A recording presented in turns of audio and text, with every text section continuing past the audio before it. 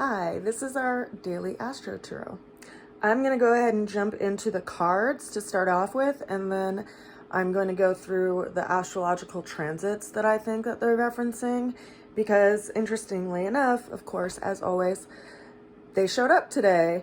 I did have a friend point out yesterday that watches my readings on Instagram that it's so interesting that they seem to show up every day, and I was reflecting on that. And I think, when I initially started working with cards, I had no idea around the references to astrology. But because I was able to go through that apprenticeship and actually see that, even though, my teacher didn't necessarily focus on it that much, it revealed this timing that was at play in our lives. And because of some of the transits that we've been going through in the last few years, I've been reflecting on that a lot in my life, and so it's shifted how I do readings.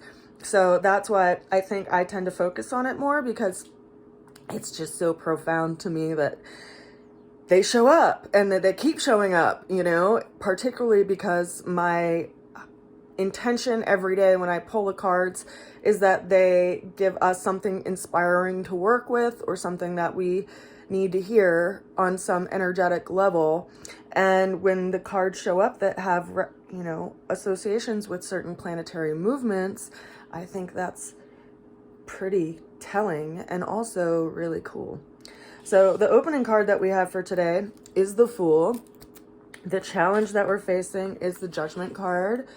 The way we're going to get through the challenge is the 10 of Cups, and then the overall outcome that we have for today is the Page of Cups. So the Fool card is representative of this energetic of unlimited possibility and how quickly things can change because of that unlimited possibility.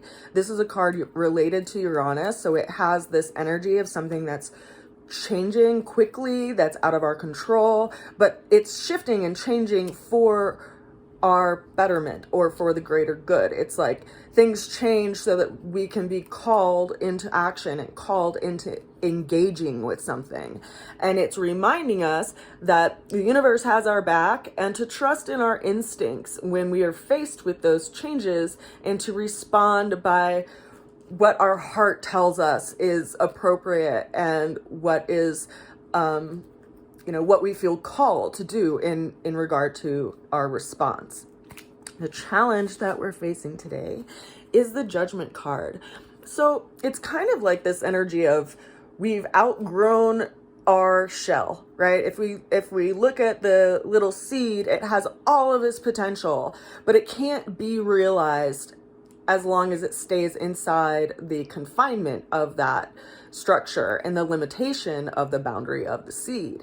And so it's like something is being called out by this, engaging fire, this need for transformation of our spirit. This card is a mother card that's associated with fire, and it is a very spiritual card, much like the Fool is as well.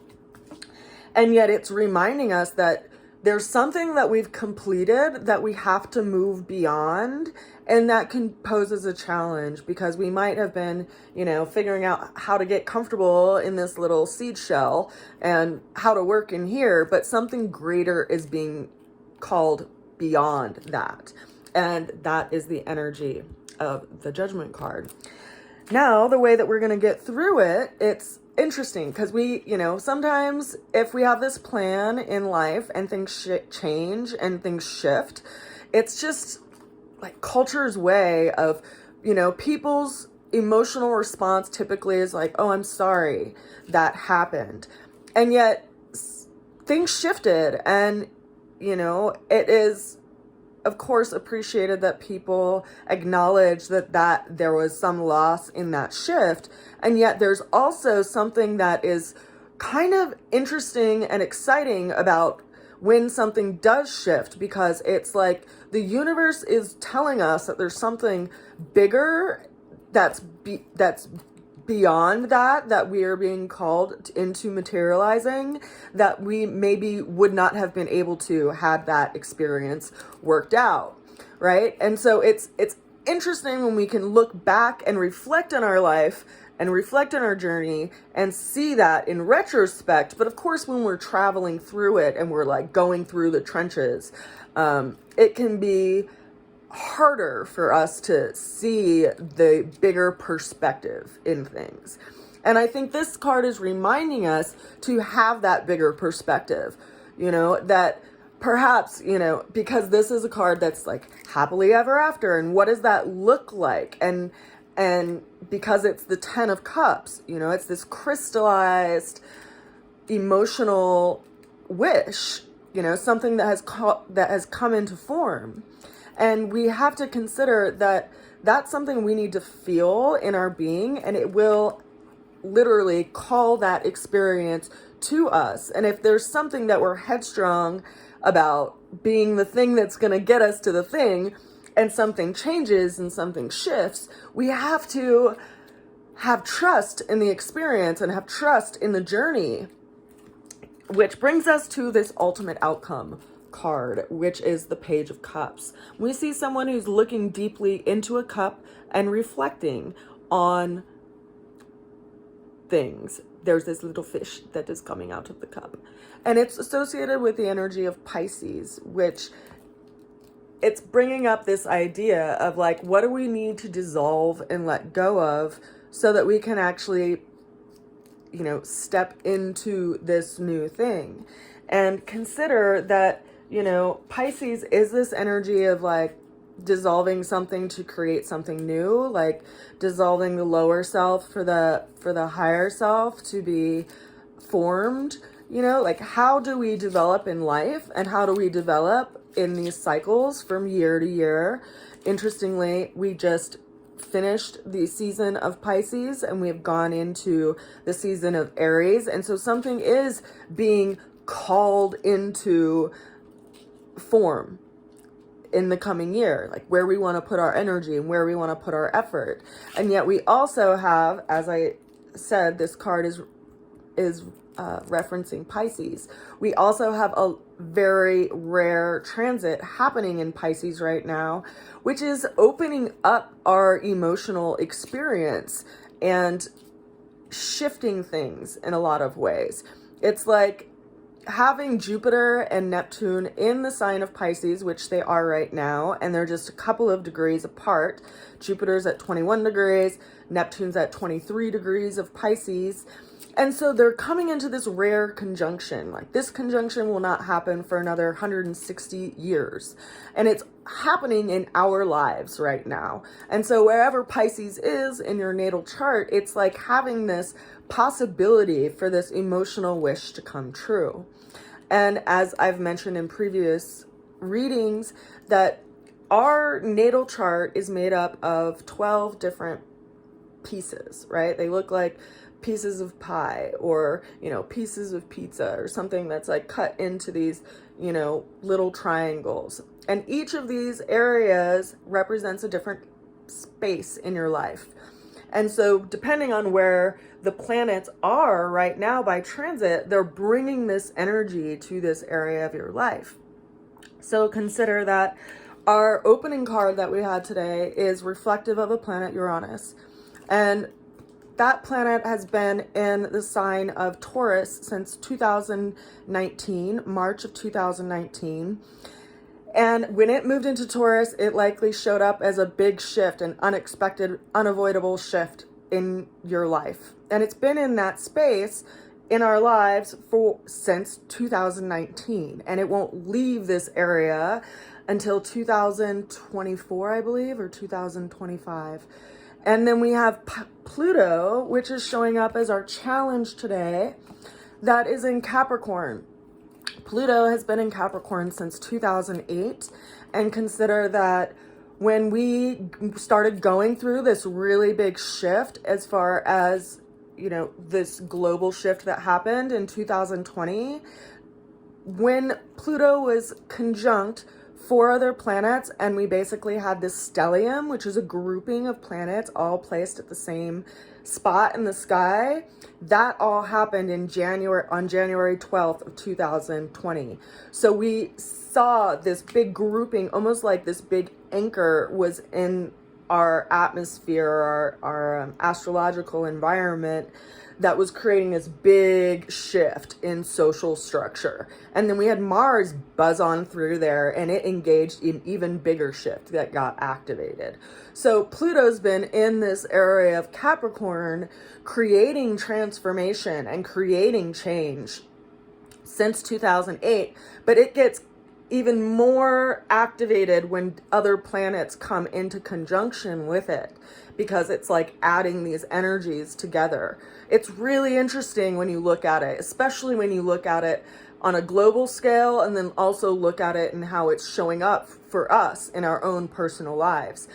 And then we consider, as I said, Pisces over here, which we're experiencing a very rare conjunction that's starting in just a couple of days. But these are slow moving planets, so this energy is going to last for a little while. And this has been happening in Pisces, and Jupiter, you know, has a 12-year cycle. So it'll be back in Pisces again in 12 years, but Neptune has a 165-year degree cycle. So it won't be in Pisces again next year. It will be moving forward into Aries. And so those two planets won't meet up again for another 13 years, but they will be in a different sign. And so they will have a different kind of energy that they're moving through, and a different place in our chart that it's moving to. So, you know, what does all this mean to me? You know, based on what I'm seeing going on in the world, and all of the unknowns that are coming in, personally, I feel really called to make sure I plant a garden, because I'm a gardener, and I've been fortunate enough to have the opportunity to work at a greenhouse for the last 9 or so years when I lived on the Front Range, and I was able to learn a lot. And I've always been one who really enjoyed the process of growing my food and making food from the vegetables that I grow. So that's something I'm going to start off with. You know, and in years past, there has been problems with shortages regarding like being able to find seeds. So I do suggest that people, you know, don't overbuy your seeds, because you get a lot of seeds in one of those little packets. And, you know, you may want to share some seeds with your neighbor, or both kind of grow different things depending on the environment that you're growing your vegetables and your food. And then the other alternative is that if you buy organic veggies, you can collect the seeds from those veggies a lot of the times. And you may not get, you know, the specific species of what you grew, because a lot of times things are cross-pollinated, and they may develop like a hybrid tomato or a hybrid pepper or a hybrid squash or something.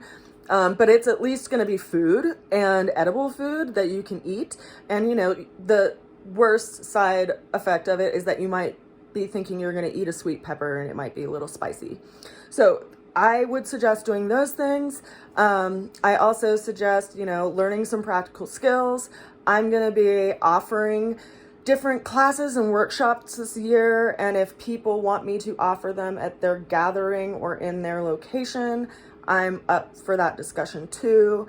I'm a seamstress and a pattern drafter and a medicine maker and a nutritionist. I make food that is food allergen free, so, you know, dairy free food and gluten-free food, and I can even help people, you know, prepare other foods, or bring other people in who are skilled with like preparing foods without any of the nightshade family, because they have those sensitivities. And, you know, there's just a lot of different things that I think we will need to be self-sufficient with and lean into our community for. And I want to help as much as I can. So reach out to me at rootsofalchemy@gmail.com if you are interested in hosting any workshops, or, you know, learning any of these skills. I hope you guys have a blessed day, and I will see you again soon. Bye for now.